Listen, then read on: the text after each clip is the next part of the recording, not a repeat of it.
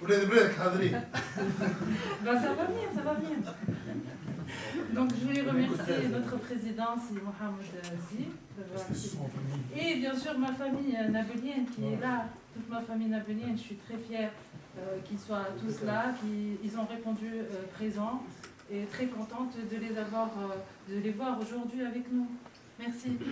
Donc je cède la parole à notre conférencière, Madame Emne Gemeli, Monsieur Jelek Belangan, fondateur d'Uncube, qui est le premier incubateur dédié aux femmes. Ils vont nous présenter, ils ont aussi des invités ce soir ici présents, ils vont nous les présenter tout à l'heure. Donc voilà, je vous cède la parole. Merci.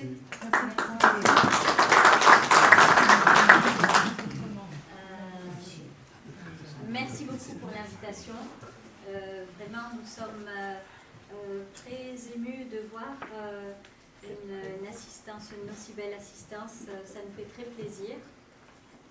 Donc, Emne Gemeli, je suis cofondatrice d'Uncube, l'incubateur inclusif dédié à l'entrepreneuriat féminin. Donc, mon cofondateur Jelek Belangan, cofondateur du même incubateur. Donc, Jelek et moi, on a eu l'idée de créer cet incubateur pendant la Covid. En fait, nous sommes tous les deux business coach. Nous accompagnons des entreprises, des grandes, des petites, des moyennes et aussi des tout petits entrepreneurs. On a eu cette idée-là. On a eu cette idée-là en fait pendant la Covid. Et comme je dis toujours, je dis si un entrepreneur était venu pendant la Covid pour me dire je vais créer mon entreprise, j'aurais dit tu es fou. Parce que pendant la Covid, on ne pense pas à créer une entreprise, on pense à manger, on pense à se dire de quoi sera fait demain. Eh bien, je ne sais pas comment ça s'est passé, on n'a probablement pas été bien conseillé, mais on a créé notre incubateur, donc on a fait un peu les fous. Donc Jelek est expert et spécialiste donc, en gouvernance, en agile et en finance, et mon expertise à moi, c'est plutôt ce qui est trait au marketing, à la communication et au digital. Alors, nous ne sommes pas féministes. La question qu'on nous pose toujours, ah, vous êtes féministe, etc. Mais alors là, pas du tout. C'est pas du tout, donc que ce soit clair dès le début, c'est pas du tout notre orientation. Donc, pourquoi un incubateur dédié à l'entrepreneuriat féminin? En fait, même si elles en ont les compétences, les femmes n'osent pas sauter le pas. Et ça, vraiment, c'est une des raisons principales. Vous allez voir quelles sont les autres. Et donc, nous avons créé cet incubateur pour que chaque femme puisse réaliser ou libérer son plein potentiel à travers l'entrepreneuriat.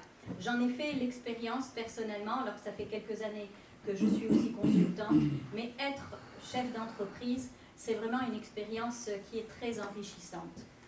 Alors, est-ce que c'est un problème qui n'existe que dans nos pays? D'après vous? Non. Ça existe aussi dans les pays surtout africains et en voie de développement. Oui. Parce que j'ai dû voir quelques femmes qui sont dans le travail associatif. Ouais. Et les femmes africaines aussi, malgré leur volonté, mais elles ont du mal à faire le pas pour aller vers l'entrepreneuriat toutes seules. Parce que celles qui sont assistées par leur mari, leur frère, leur père, etc., elles sont poussées vers l'entrepreneuriat. Mais toutes seules, ça c'est le cas ici. Oui, comme c'est le cas ici. Oui, comme c'est le cas.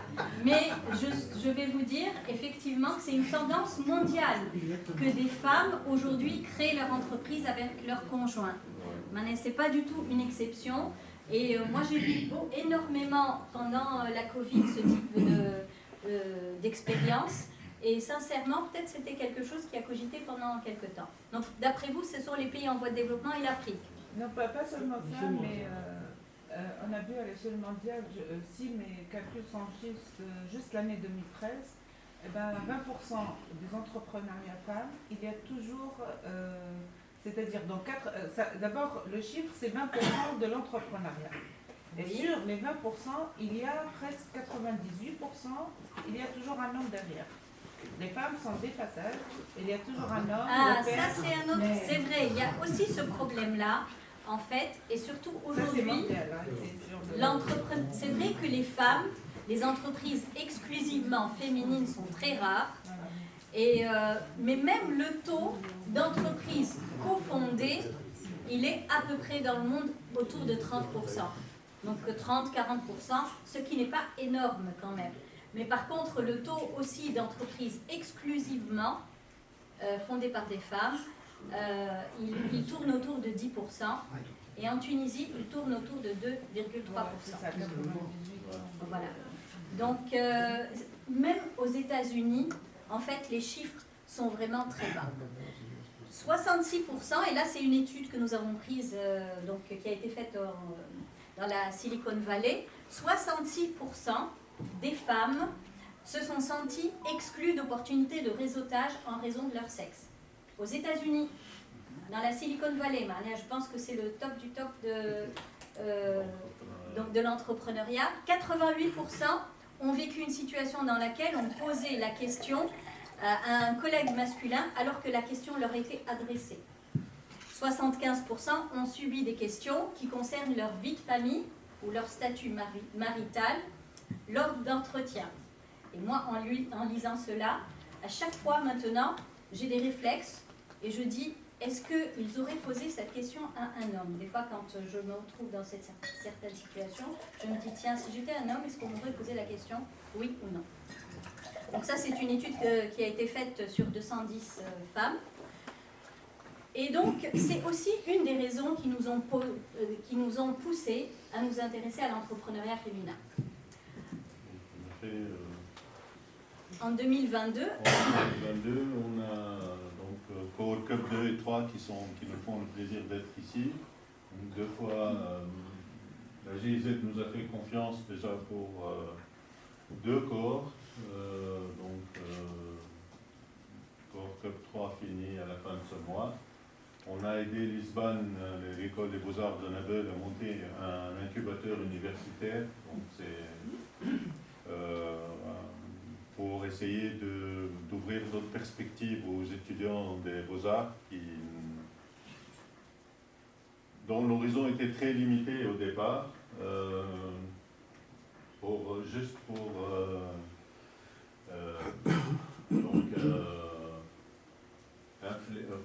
Démentir la thèse de la féminité, nous avons eu, ou j'ai eu, parce que je suis start-upper aussi, avec une équipe plutôt masculine, le premier prix Orange de l'entreprise sociale en Tunisie, c'est le POESAM, donc c'est un prix africain. Et du Moyen-Orient, on a gagné l'État de Tunisie, on a été parmi les 10 finalistes sur le continent dans une solution de tech. Alors, peut-être une question. Est-ce qu'il est nécessaire de préciser ce que c'est l'incubateur? L'an dernier, on en a un petit peu parlé pour les personnes qui étaient présentes. Donc, l'incubateur, c'est une structure, c'est un service que nous donnons aux jeunes entrepreneurs et aux jeunes pousses d'entrepreneurs. La différence de ce que nous faisons par rapport à un centre de formation. Un centre de formation va donner des aspects qui sont plutôt théoriques, des aspects qui sont généralistes sur le marketing, sur la finance, sur le business plan, etc. Nous, ce que nous faisons, et vous allez voir d'ailleurs en chair et en os, nos incubés de l'an dernier et de cette année, des personnes qui ont des projets et qui ont été suivis, accompagnés en one-to-one. C'est-à-dire chacun a un projet et son projet, on va l'accompagner, on va voir de quoi il a besoin, peut-être de faire Marhbé, aussi notre partenaire donc de Hamamet. Amen. Oui. Donc effectivement, l'accompagnement, c'est vraiment prendre un entrepreneur par la main et voir quels sont ses besoins. Chacun de ces entrepreneurs a un besoin qui est particulier. Il y en a qui sont un peu plus avancés que d'autres. Et donc, on avance en one-to-one avec chacun, tout en donnant quand même des aspects qui sont généralistes pour tous. Donc ça, c'est le principe de l'incubateur. À part ça, nous dédions enfin une partie de notre temps à aider essentiellement les migrants qui n'ont pas beaucoup d'opportunités, c'est le volet inclusion. Donc à être accompagnés pour eux aussi pouvoir créer des micro-projets ou même des projets carrément, ou bien de les préparer à un retour éventuel. Donc surtout pour les étudiants, pour qu'ils retournent avec un projet. En fait, ils fassent des études et retournent avec un projet. Ça garde une autre catégorie de lien avec la Tunisie. Donc ça, on le fait, c'est notre volet responsabilité sociétale. Donc on le fait vraiment avec grand plaisir. Alors, en fait, il y a différents types d'incubateurs en fonction du stade d'avancement de l'entreprise. Nous avons fait le choix de prendre des entrepreneurs qui ont déjà au minimum 2 années d'activité et qui sont basés dans les régions, en priorité le Gabon, puisque nous sommes sur le Gabon, nous sommes basés dans le Gabon, mais aussi les régions en priorité. Pourquoi ? Parce que sur le Grand Tunis, il y a beaucoup de structures, il y a beaucoup de concurrence et tout le monde a tendance à aller sur le Grand Tunis. Je ne vous cache pas que nous, à chaque fois, on est désolés, à chaque fois qu'on trouve des entreprises du Gabon qui sont obligées de descendre à Tunis pour se faire accompagner. Et nous-mêmes, c'est-à-dire on descend le matin tous les deux pour accompagner des gens qui habitent à quelques mètres ou kilomètres de chez nous. Donc c'est vraiment... c'est triste. Donc on essaye vraiment d'œuvrer, de travailler pour que la région soit un petit peu plus riche en termes d'écosystème et d'accompagnement. Donc qu'est-ce qu'on fait particulièrement?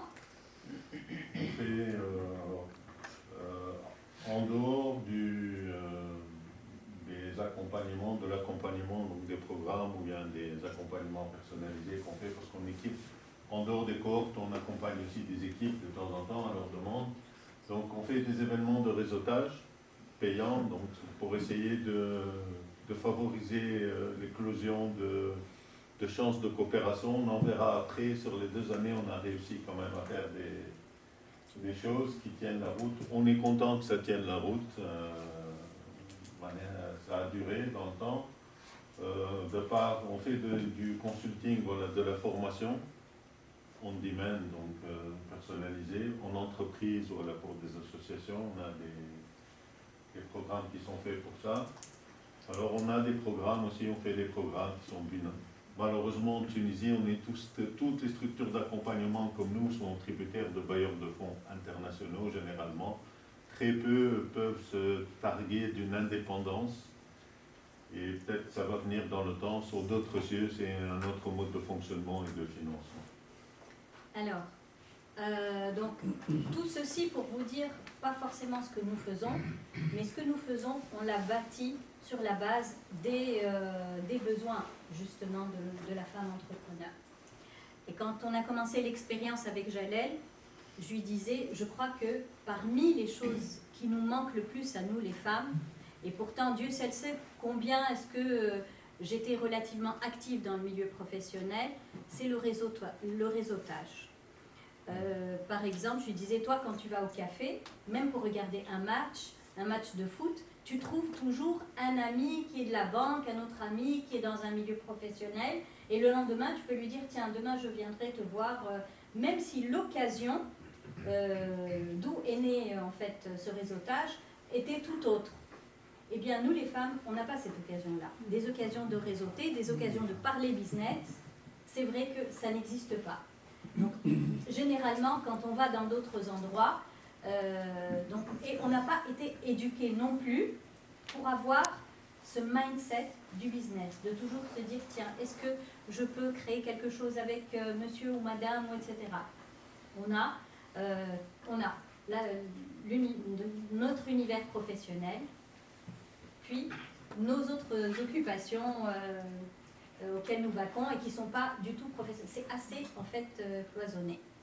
Alors, comment les femmes s'engagent? Et ça, je pense que ce n'est pas du tout une surprise pour vous. Les femmes, beaucoup de femmes dans beaucoup de pays, et aussi dans nos pays à nous, travaillent entre 30 et 50 heures. Donc dans beaucoup de pays, en Égypte, en Jordanie, etc. Semaine. Semaine. Bien sûr. Oui, semaine. Bien sûr, exactement. Il faut le préciser quelque part. Oui, absolument. Donc, c'est vrai que dernièrement, il y a un homme qui me disait, oui, moi je vois que les femmes sont très actives, et moi je pense que ça, c'est un secret pour personne, de voir que les femmes s'engagent beaucoup. Dans la rive nord de la Méditerranée, vous trouverez des profils qui ressemblent beaucoup. Ça, c'est le sud de la Méditerranée, mais c'est des profils qui se ressemblent beaucoup. Donc c'est la même typologie. Le Maroc nous dépasse légèrement. Ouais. Alors pourquoi les femmes se lancent dans l'entrepreneuriat? Il faut savoir que nous n'avons pas les mêmes raisons. Une femme ne se lance pas dans l'entrepreneuriat pour les mêmes raisons que pour les hommes. Alors, faire de l'argent n'est pas leur premier objectif, généralement. Et aujourd'hui, la Covid aussi a décelé chez beaucoup de personnes des tendances mondiales, c'est donner du sens à sa vie.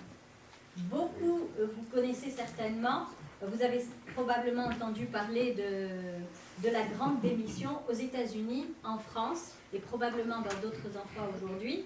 Il y a un taux de démission qui est énorme et les gens n'ont plus envie d'être des employés.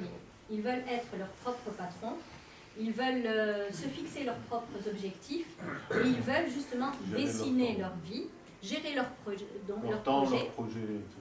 et donner un sens à sa vie. Il y a des gens aujourd'hui pour lesquels l'argent a beaucoup, même s'ils ne gagnent pas beaucoup d'argent. Moi je le vois aussi énormément à l'université, probablement donc Mounay aussi. Quand on pose la question aux étudiants aujourd'hui, qu'est-ce que vous voulez faire? Je veux créer ma start-up. Oui, exactement. Alors, d'une façon générale, cette notion de travail, le rituel du travail, même si la valeur persiste, le travail à distance et les changements, la génération Z a d'autres référentiels. Donc le travail est devenu, ce n'est plus une priorité, c'est un élément parmi tant d'autres. Donc le métro boulot dodo va disparaître et tous ces trucs-là aussi vont disparaître.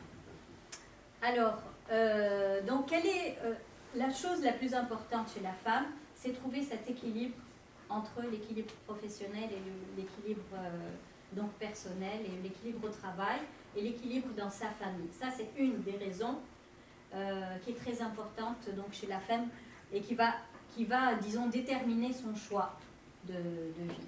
Alors, aujourd'hui, quand on parle à des jeunes femmes en Tunisie, vous savez qu'en Tunisie, les femmes font beaucoup plus d'études que les hommes. À l'université, même dans les masters, on trouve des classes à 90% qui sont donc des femmes. Après, dans le milieu professionnel, partout. La moyenne de diplôme, c'est 60% féminin, 40%. C'est la moyenne nationale. 2000, statistique 2020. Hein. Ça parce que l'homme trouve facile. Disons que l'homme est appelé à travailler, c'est-à-dire à partir d'un certain âge. Moi, je dis, moi je vois depuis qu'aujourd'hui on s'intéresse à la problématique, vous connaissez certainement énormément de jeunes filles dans votre entourage qui ont fait des études poussées et qui ne travaillent pas qui n'ont pas en tous les cas le poste qu'elles méritent. Voilà. Juste. Eh bien, c'est aussi parce qu'elles n'osent pas le faire. Là. Parce qu'elles n'osent pas le faire, parce qu'elles se disent, voilà, maintenant j'ai fait des études et maintenant il est temps que je me marie, que j'ai des enfants, etc. Eh bien, en Europe, les femmes, elles continuent, elles font des études, mais elles continuent leur vie professionnelle et leur vie personnelle. Donc c'est quand même un challenge, c'est vrai, et c'est important. Alors, tout ceci pour vous dire que là, c'est pas pour, si on encourage les femmes à être plus présentes, ce n'est pas non plus parce qu'on s'est dit tout d'un coup, tiens, il y a moins de femmes, ben, on va encourager les femmes. Il a été prouvé que dans des études internationales, dans tous les pays où il y a une équité entre les femmes et les hommes, dans le milieu entrepreneurial, absolument. Les pays sont plus développés, plus performants, plus productifs. Et c'est pour ça qu'aujourd'hui, il y a une sorte de réveil ou d'éveil en tous des pays développés à intégrer et à encourager les femmes à être plus dans les Le entreprises. premier étant les États-Unis et le Japon, qui favorisent la mixité maintenant, parce qu'ils se sont rendus compte que par rapport à d'autres pays, leurs entreprises étaient une des causes de ce déséquilibre au niveau des entreprises, hein, carrément, était ce déséquilibre de mixité. Donc, en fait, autre question qu'on s'est posée, comment les femmes financent-elles leurs projets? C'est le pays des paradoxes. En épousant un homme, un mari riche. C'est le pays des paradoxes. Enfin, Plus maintenant. Ah bon, c'est dommage. Maintenant, Ah bon. Il n'y a plus de mari riche maintenant. oui, les femmes sont riches. Parce que les femmes les ont appauvries. Alors, il faut savoir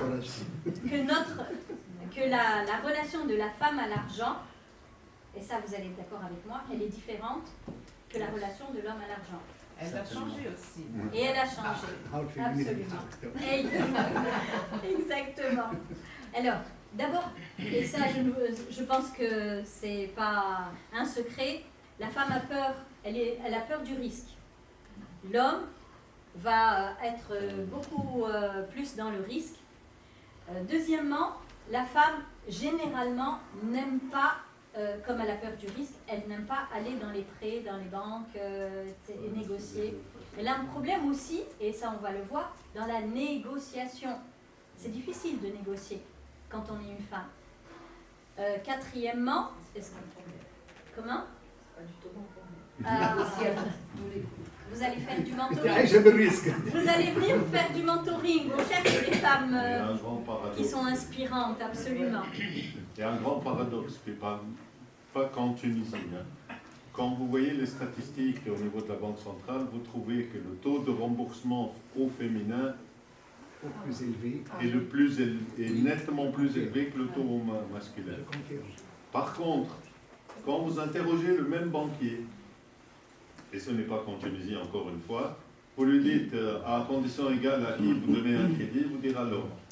Pourquoi? Il ne vous donnera jamais des explications rationnelles et financières. Donc c'est toujours la sociologie qui revient au galop. Ça dépend si le chef d'agence est une femme ou un homme.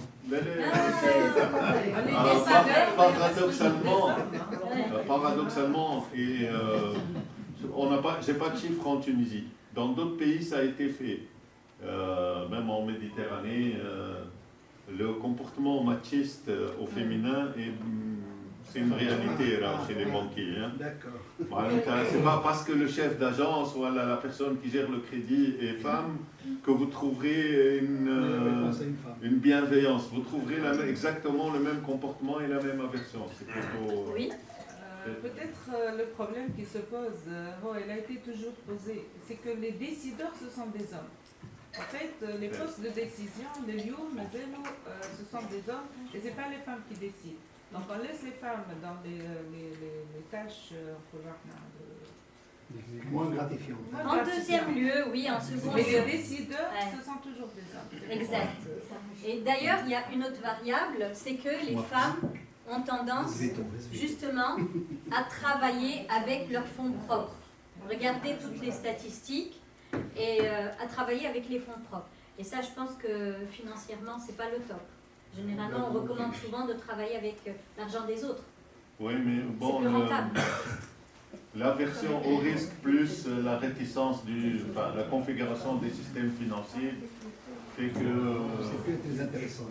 C'est les business, on a cette, moi j'appelle ça les business angels informels. On a cette solidarité à monter des projets avec des fonds propres comme ça. Alors oui. Juste une phrase. Le problème c'est juste la phase d'après. On a les fonds propres et après ça s'arrête là généralement au féminin. C'est cette réticence au crédit, la difficulté d'accès au crédit il y a une variable très importante, c'est que c'est le fond, tout ce qui est cadastre. Le foncier n'est pas... La femme, généralement, n'a pas de titre à... Voilà, n'a pas de garantie À hypothéquer. Exact, à hypothéquer, effectivement. Et elle hypothèque la maison de son mari. Oui, justement. Mais c'est la maison de son mari, il faut qu'il lui signe. On ne peut pas dissocier C'est la avec ce qui est social, c'est-à-dire justement la femme, les biens, la majorité, au pourcentage, je crois que la femme, même pas 20%, 10% elle possède de... Bon, le problème est double, c'est qu'elle ne possède pas individuellement. C'est très difficile, l'héritage. C'est-à-dire qu'il forme cette communauté de biens. On est à l'indivision, parce que l'indivision, c'est de l'indéterminé pour un banquier. J'ai 500 parts dans un terrain, c'est pas... Et plus, les tribunaux sont là pour dire que les problèmes d'héritage foncier, c'est ce qui court le plus en Tunisie. Alors, autre chose, donc en fait, comment est-ce qu'elle évolue? Généralement, soit elle réinvestit ses bénéfices, et c'est pour ça que la femme entrepreneur aussi ne rêve pas grand. Je réinvestis, je gagne, je réinvestis, donc c'est un petit peu ce type de fonctionnement. Et la deuxième chose, c'est toujours des sources privées, soit une épargne, soit des amis, soit la famille.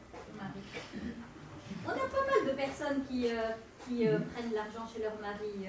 Mais vous ne pensez C'est pas l'argent, cofondateur. Non, ça c'est pire. Ah oui. C'est pire. Je crois que c'est peut-être une zone de confort pour la femme. Donc, tout ça. Allez, chez une zone de confort. C'est-à-dire que c'est le mari qui assume, c'est-à-dire d'hypothèque, l'homme commence à travailler aussi. Tout à l'heure, on a parlé de femmes qui continuent les études parce que l'homme est appelé à travailler, avoir une maison. Bon, pour la femme, compte tenu de tout cela, elle reste dans sa zone de confort, sauf quelques-unes qui prennent décisives. C'est pas totalement faux. D'ailleurs, une discussion avec Imen Smail, ici notre partenaire qui a une association, les ambassadrices de Hammamet, qui travaille beaucoup sur le terrain. Dernièrement, on avait discuté. Et tu sais, Imen, ta réflexion que tu m'as donnée la dernière fois, elle est restée dans ma tête. Elle a dit, si un homme fait un chèque sans provision, et si jamais par malheur il est en prison, eh bien, c'est pas la même chose que lorsqu'une femme fait un chèque sans provision, et ça, c'est vrai, c'est plus grave. Donc peut-être aussi, il y a de ça aussi. Vraiment, c'est quelque chose à laquelle je n'aurais jamais pensé. Et peut-être c'est pour ça que c'est un peu ce que vous appelez le confort, pour la famille, c'est trop risqué. Donc, les difficultés, quelles sont les difficultés que perçoivent les femmes entrepreneurs? Bien sûr, l'accès au financement. Généralement, les femmes, et nous, c'est pour ça qu'on travaille beaucoup sur ça, elles ont besoin d'être rassurées. Parce que tout le temps, quand on nous dit l'entrepreneuriat masculin et féminin, et les femmes, un entrepreneuriat masculin et un entrepreneuriat féminin, ma femme est dans les aspects techniques, tout ce qui a trait au financement, à la finance, au marketing, etc. Mais lorsqu'on fait un programme, un accompagnement, la femme a besoin d'être rassurée, de travailler son leadership. Aujourd'hui, on travaille avec les femmes que nous accompagnons beaucoup sur notre branding personnel, c'est-à-dire que la femme se met en avant, elle parle, elle se met devant les caméras, elle se prend en photo, elle explique ce qu'elle fait, et ça c'est récent, et c'est important pour quelqu'un de voir, tiens, il y a un être humain derrière ce produit-là, et ça c'est important. Et ça c'est très récent et c'est très difficile chez les femmes entrepreneurs de se mettre en valeur et de sortir de l'ombre en fait.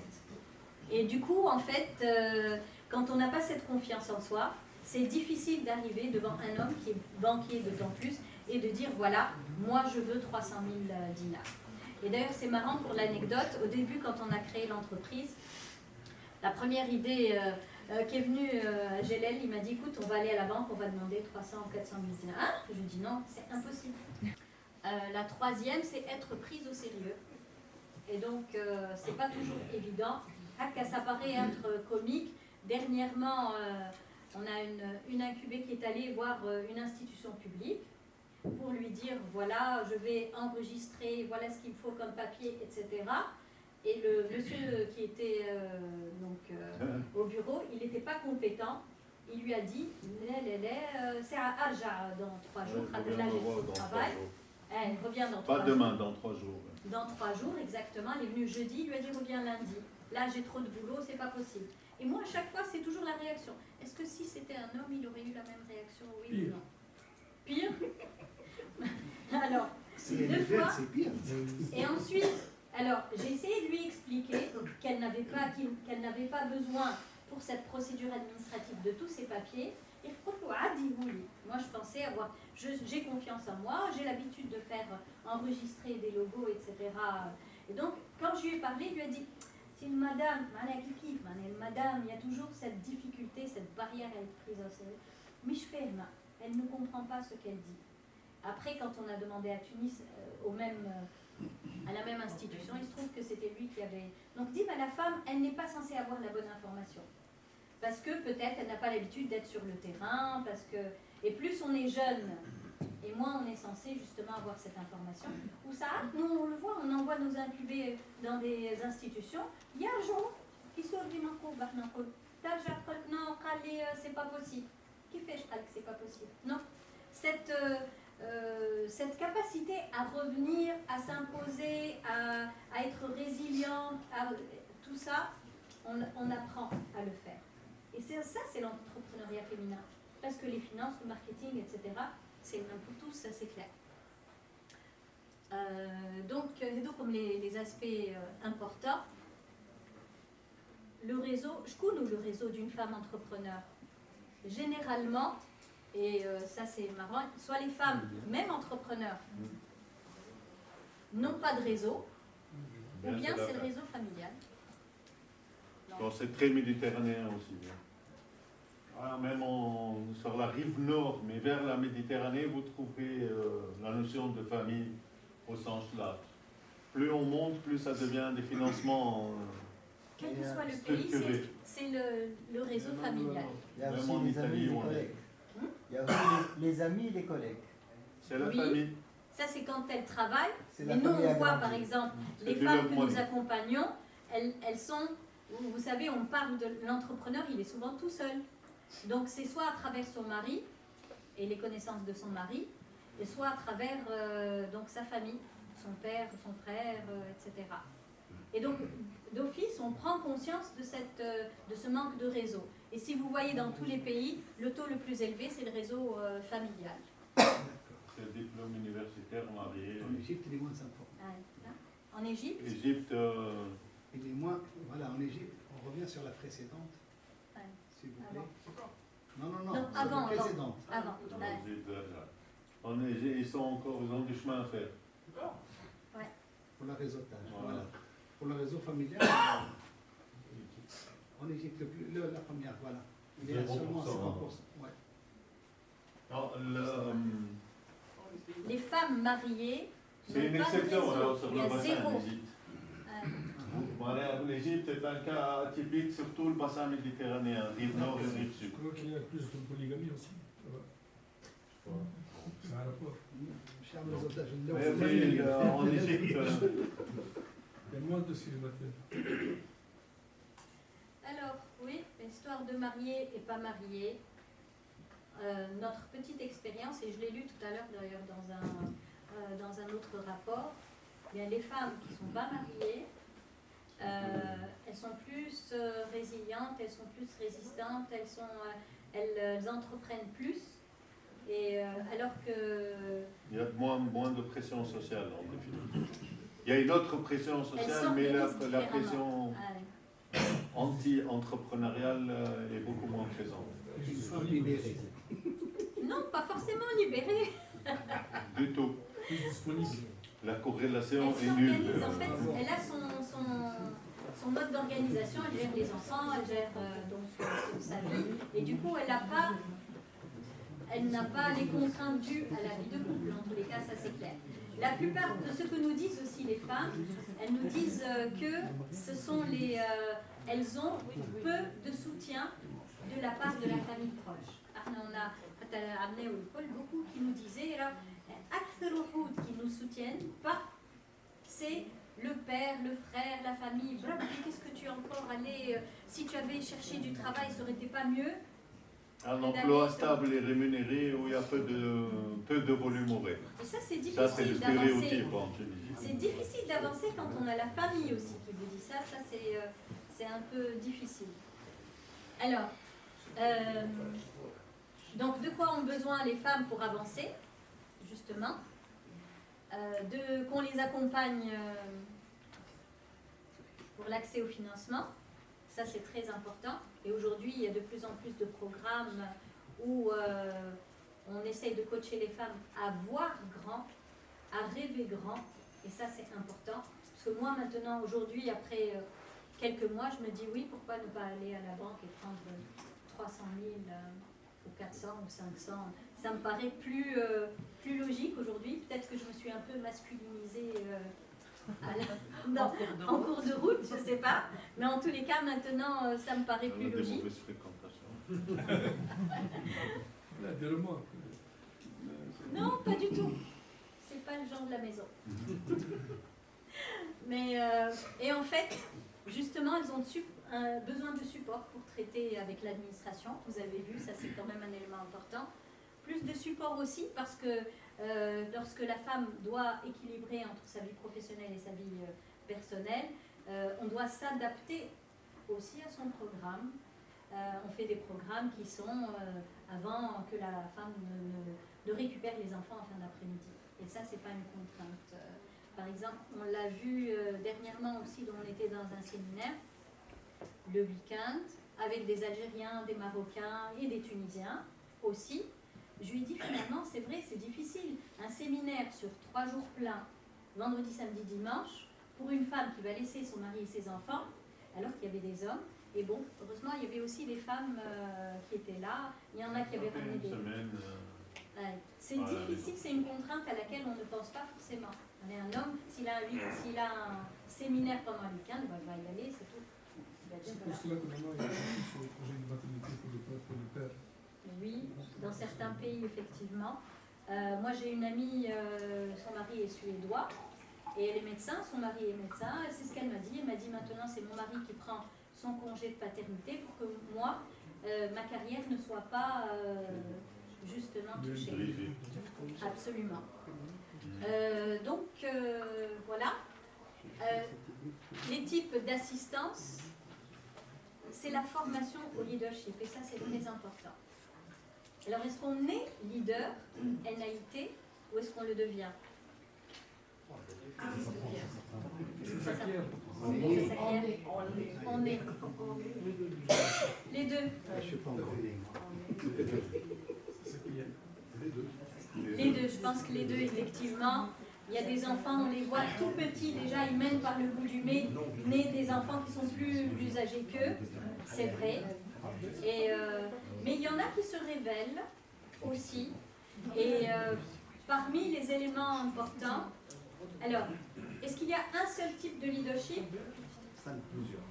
Il y a plusieurs types de leadership. Et aujourd'hui, à l'échelle mondiale, on parle du leader empathique. C'est quoi vraiment aujourd'hui le leader? C'est le leader empathique Qui se met à la place de l'autre. Qui se met à la place de l'autre. Qui correspond aux besoins de l'autre. Exactement. Qui ressent le besoin de l'autre. Qui peut l'encourager, qui peut l'assister, qui lui donne, qui croit en lui. Et un leader, c'est quelqu'un qui fait monter d'autres personnes, qui les soutient.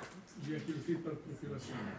Ou bien, effectivement. Donc, c'est pour ça, c'est dans ce sens-là aussi que la femme qui est réputée avoir des qualités naturelles empathiques, qui est censée avoir aussi des qualités de don, de partage, de manière naturelle. Et c'est pour ça aussi qu'à l'échelle mondiale, aujourd'hui, on intègre des femmes parce qu'on a besoin aujourd'hui de leaders empathiques pour avancer aussi. Donc la notion du leadership a changé. Donc, de quoi elles ont besoin? Elles ont besoin beaucoup de conseils juridiques, de conseils aussi. Autre chose qu'on a remarqué l'an dernier, lorsqu'une femme va voir un avocat et que cet avocat ou bien un comptable, généralement, il y a comme... il y a des avocats... non. Généralement, elles sentent une pression. Elles ne se sentent pas en confiance. Et c'est très difficile, surtout quand tu n'es pas... Bon, déjà, l'avocat, généralement, c'est pas toujours dans des conditions très sympathiques qu'on rencontre un avocat. C'est comme les médecins. Quand on va voir le médecin, généralement, c'est que ça ne va pas. L'avocat aussi, il y a des chances. Et donc, elles nous disent qu'elles ressentent une certaine une pression. Il faut faire ça, c'est comme pour le comptable. Sinon, tu peux aller en prison. Pour les hommes aussi. Mais plus pour les femmes, je pense qu'il y a un peu cette sensibilité. Les hommes ont moins tendance à prendre pour argent comptant ce qu'on leur dit. Alors que les femmes, nous, on voit, quand on envoie aussi nos incubés chez des professionnels, non, si tu fais, par exemple, telle société, tu peux aller en prison, alors que, ça y est, c'est bon. Je ne veux pas faire de société. Tu peux aller en prison. Exactement. C'est peut-être, je donne mon avis, parce oui. que c'est peut-être qu'elle manque de courage, comme vous venez de le dire, qu'elle manque aussi d'encadrement. Mon confrère est là aussi. Tu peux aller en prison, مش معناها باش تمشي. l'hypothèse نجم تعديك الراجل ولا المرأة, c'est pas, il n'y a pas de différence. Mais أكثر المرأة. Parce que l'homme il est confronté souvent, donc on connaît beaucoup de choses par expérience, par exemple les contrats de location. Alors qu'une femme c'est cartésien parce qu'elle n'a pas le manque d'expérience. Quand on lui dit tu fais telle chose, même à tort, parce que l'avocat n'est pas toujours, il nous éclaire. Je suis d'accord avec vous, oui. Ce qui est important en fait, tout ça tourne autour de cette notion-là.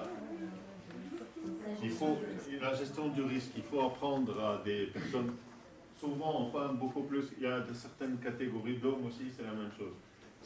Comment on perçoit le risque? En définitive, le risque est là. Enfin, toute activité humaine est risquée, quelle que soit la... Maintenant, c'est la perception du risque et la réaction. Tout le monde a peur, il y a des gens qui maîtrisent leur peur plus que d'autres. Tout le monde a une perception du risque.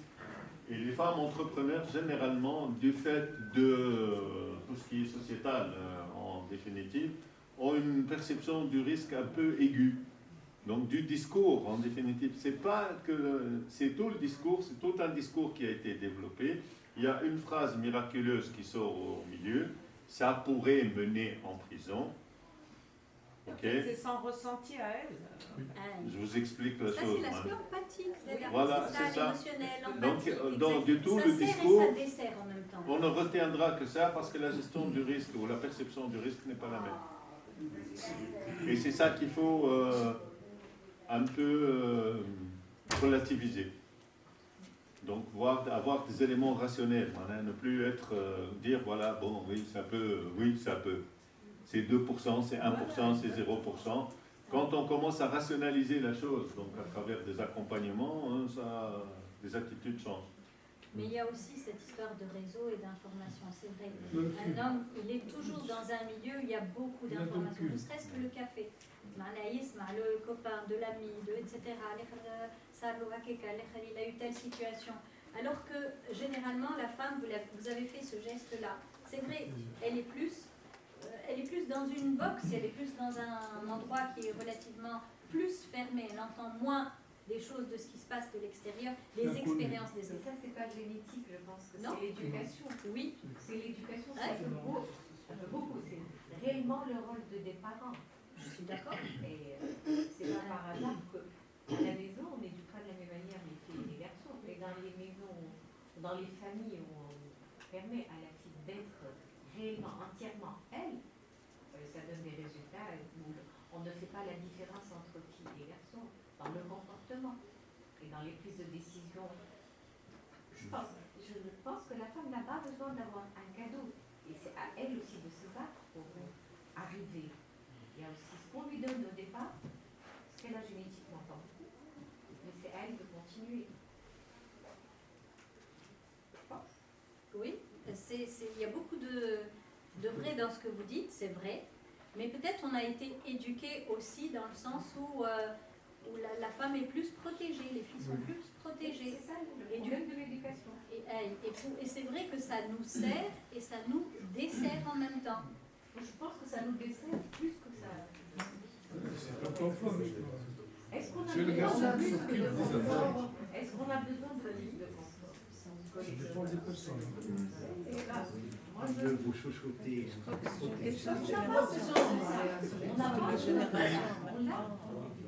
On le mérite. le mérite, on l'a.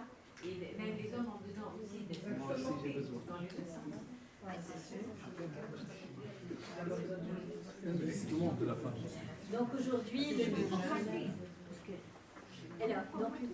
le leader aujourd'hui féminin, c'est un leader qui est plus, qui a une qualité, disons, plus dans l'écoute, l'empathie, même si toutes les femmes ne sont pas dans l'écoute, l'empathie, etc., naturellement, j'entends bien. Donc l'intuition, la sensibilité, ça sert aussi dans le monde du business.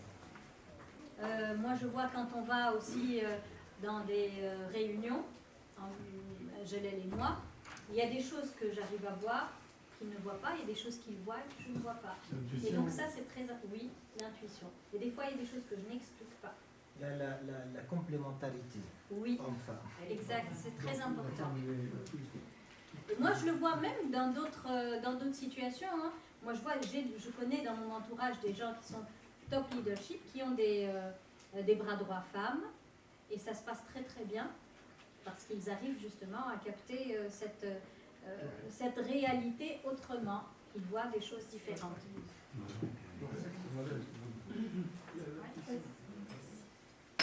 Donc, quelles sont les solutions préconisées? Déjà, aussi, il faut savoir que les femmes, aujourd'hui, si on prend le cas de l'accompagnement, les femmes vont moins vers l'accompagnement que les hommes.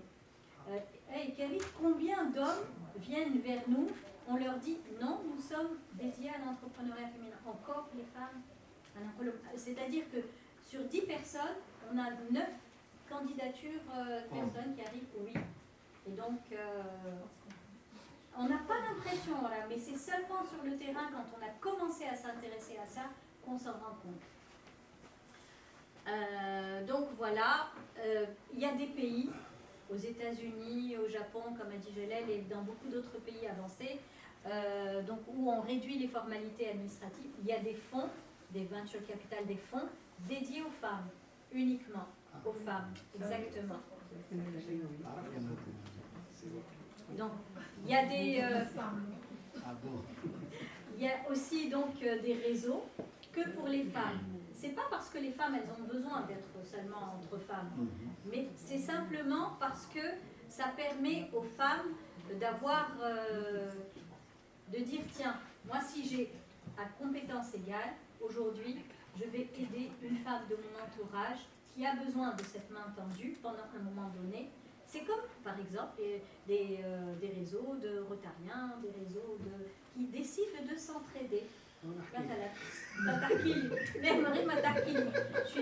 Je suis tombée dedans en étant petite. Donc, voilà.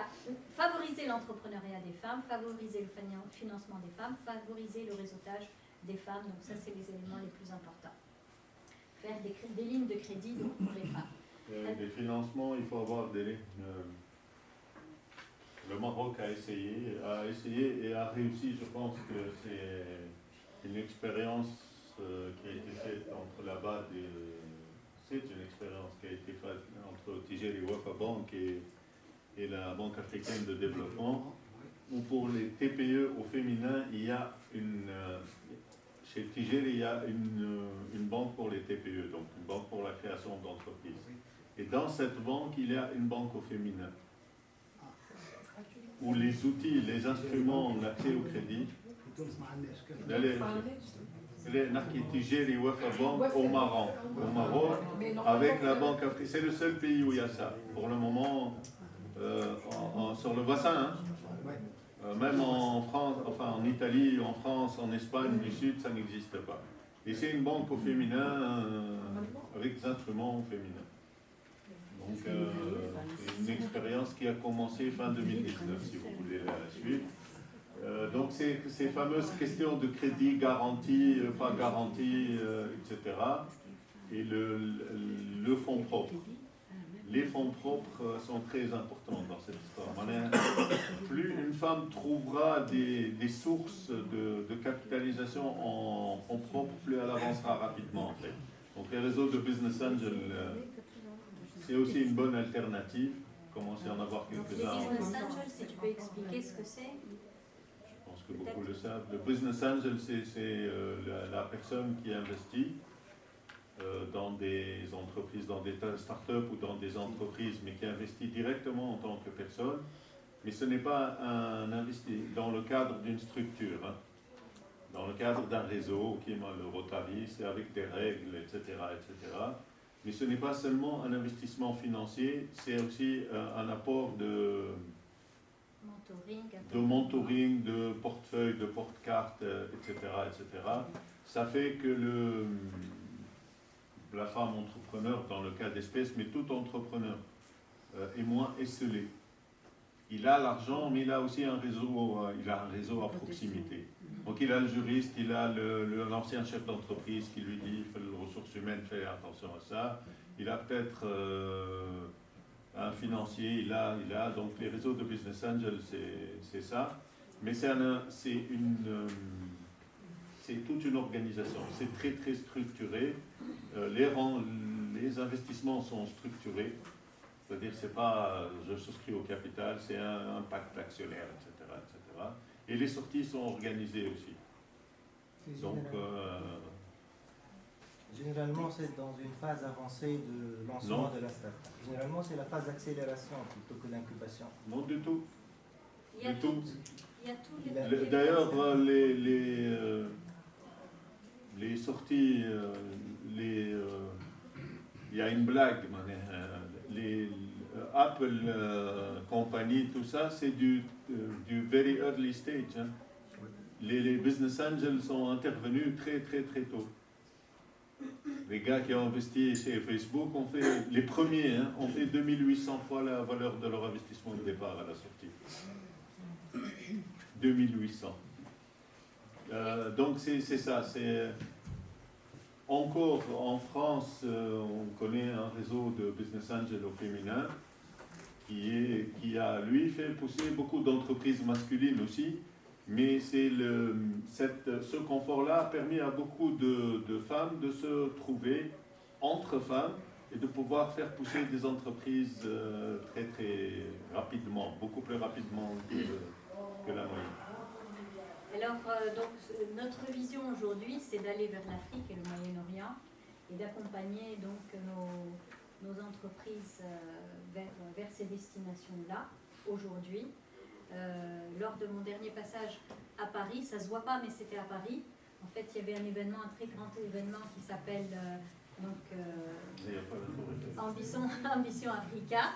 Il y avait énormément de femmes, mais vraiment inspirantes, quelque chose d'incroyable. Sincèrement, j'ai été épatée de voir toutes ces femmes. L'Afrique est connue pour leurs femmes, donc des maîtresses femmes. Et vraiment, ça fait plaisir. Exactement. Donc voilà, les Nations Unies ont mis en place 17 objectifs de développement durable sur lesquels le monde entier travaille. Nous, on travaille sur le numéro 5, l'égalité des chances entre les sexes. Donc c'est ça notre mission. On a fait des passages dans les radios. On a une chaîne YouTube où vous pouvez réécouter certaines de nos émissions avec le contenu si ça vous intéresse. Cette année, 3 grands événements, un atelier débat où la GIZ nous a appelés pour inspirer des Libyens qui veulent monter des incubateurs pour les femmes. C'était une très très belle expérience, vraiment agréable. Exactement. On a fait une concurrence avec les ambassadrices de Hammamet et avec aussi Imen, exactement, une conférence pour sensibiliser les femmes entrepreneurs et sauvegarder notre patrimoine. On les a mis aussi en partenariat avec des designers de l'Institut supérieur de mode de Monastir pour qu'on puisse innover un peu notre patrimoine vestimentaire et qu'elle puisse un peu trouver des sources de revenus et commercialiser un peu, faire en sorte aussi que tout ce savoir-faire ne se perde pas. Donc ça c'est important. Donc nos partenaires, je vais passer ça. Sinon, peut-être je vais inviter trois personnes qui vont nous présenter leur projet.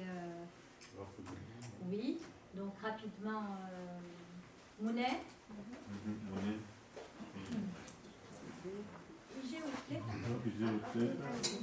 Mounet, Ouzourou. Voilà.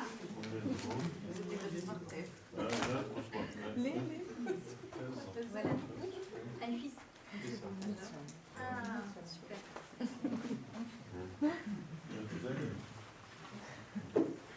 Bonsoir. Mon nom est Suissi, épouse de Richie. Je suis la fondatrice de la marque Dry Rolls. Dry Rolls, ce sont des fermis déshydratés en tant que cuir de fermis. Ce sont des fermis sous forme de feuilles. On les coupe en ruban.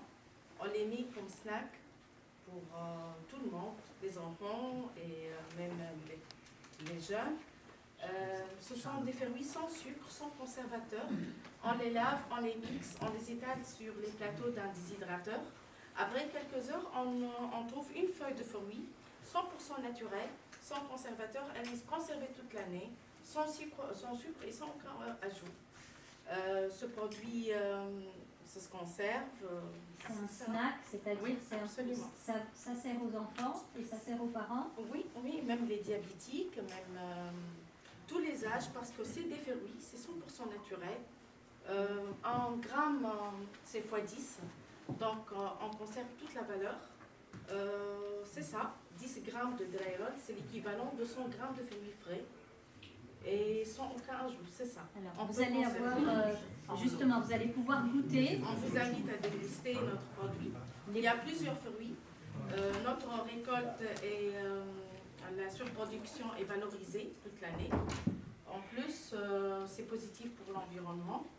Et c'est bon pour tout le monde. Vous pourrez goûter après. Oui, bien sûr, on peut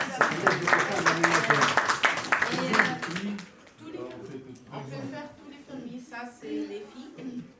C'est accompagné avec les pains. Donc, c'est une compote, en fait. C'est mix, c'est comme les jus. Et puis, on les étale sur les plateaux d'un déshydrateur. Après un bon temps de déshydratation, on a une feuille, comme la feuille du crêpe.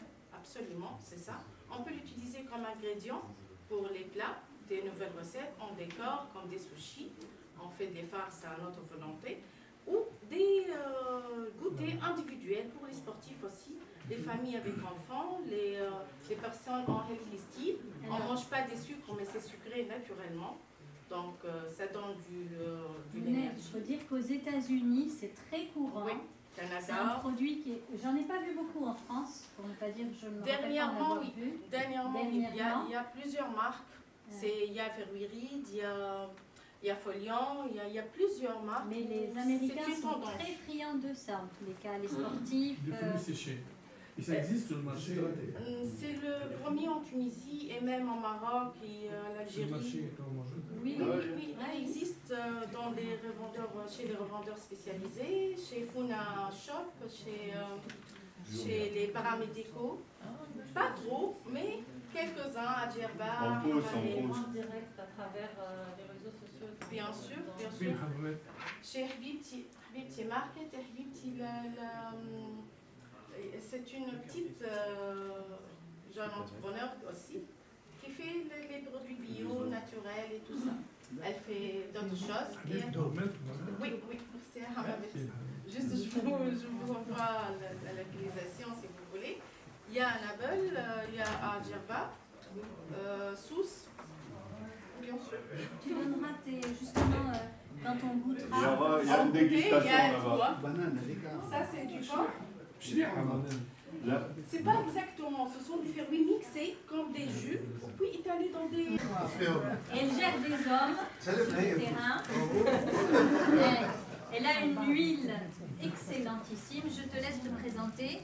Et Aslema, bonsoir à tous. Enfin, je suis Aouiti Asma Dachabe, ingénieur agronome de formation.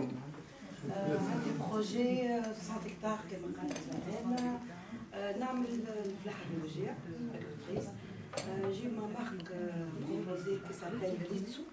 C'est une marque d'huile d'olive biologique. Rizzo, c'est la personne qui a planté l'olive. C'est en italien. Donc, c'est un autre lycée en fin de compte. Mon projet dans le terrain à Bordeaux, c'est un domaine domanial.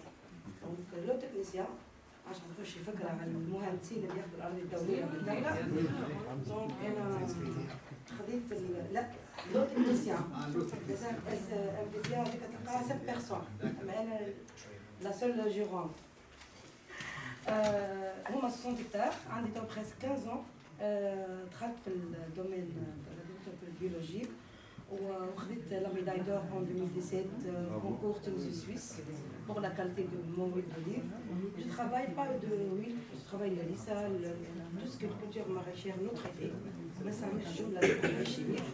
نخدم البيتي بوا طوماط les légumes de saison.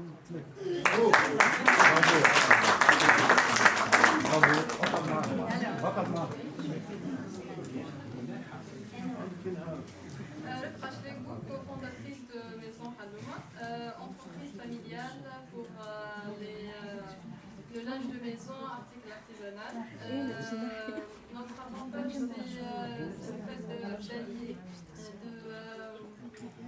d'allier le savoir-faire, notre savoir-faire ancestral avec la noblesse des matériaux et la modernité des designs. Donc notre texture, on travaille sur le naturel, les fibres végétaux, la fierté du bâtiment, oui, des tissé à l'ancienne, sur un tissage. Donc c'est son frère. Le cofondateur aussi de Maison Halouma. On les a accompagnés tous les deux. Justement, on accompagne les femmes fondatrices et cofondatrices. Fondateur. Et il y a la fondatrice, on accompagne les femmes fondatrices et cofondatrices. Mais les cofondateurs, on a compris exactement le même chose. Bravo. Donc je te laisse continuer. Tout à fait, oui, pour faire le contre-exemple, c'est pas pour exclure les hommes, donc je suis la preuve même que je suis le cofondateur de Maison Halouma. Qui est aussi l'héritage d'une femme entrepreneur qui est notre maman Halouma, qui est depuis les années 70, elle a fait son atelier de tissage de tapis à Point-Neuf. Nous on a enrichi cette gamme pour faire non seulement des tapis mais aussi des rideaux, des nappes, des chemins de table, tout ce qui nécessite pour décorer à l'intérieur. En alliant modernité de design, noblesse des matériaux et le savoir-faire ancestral. On charge un projet pour l'habillement, faire de notre tissage artisanal des habits. Donc on est à Bni Khaled. Nous avons l'atelier là-bas et puis nous avons la page Facebook Maison Halouma.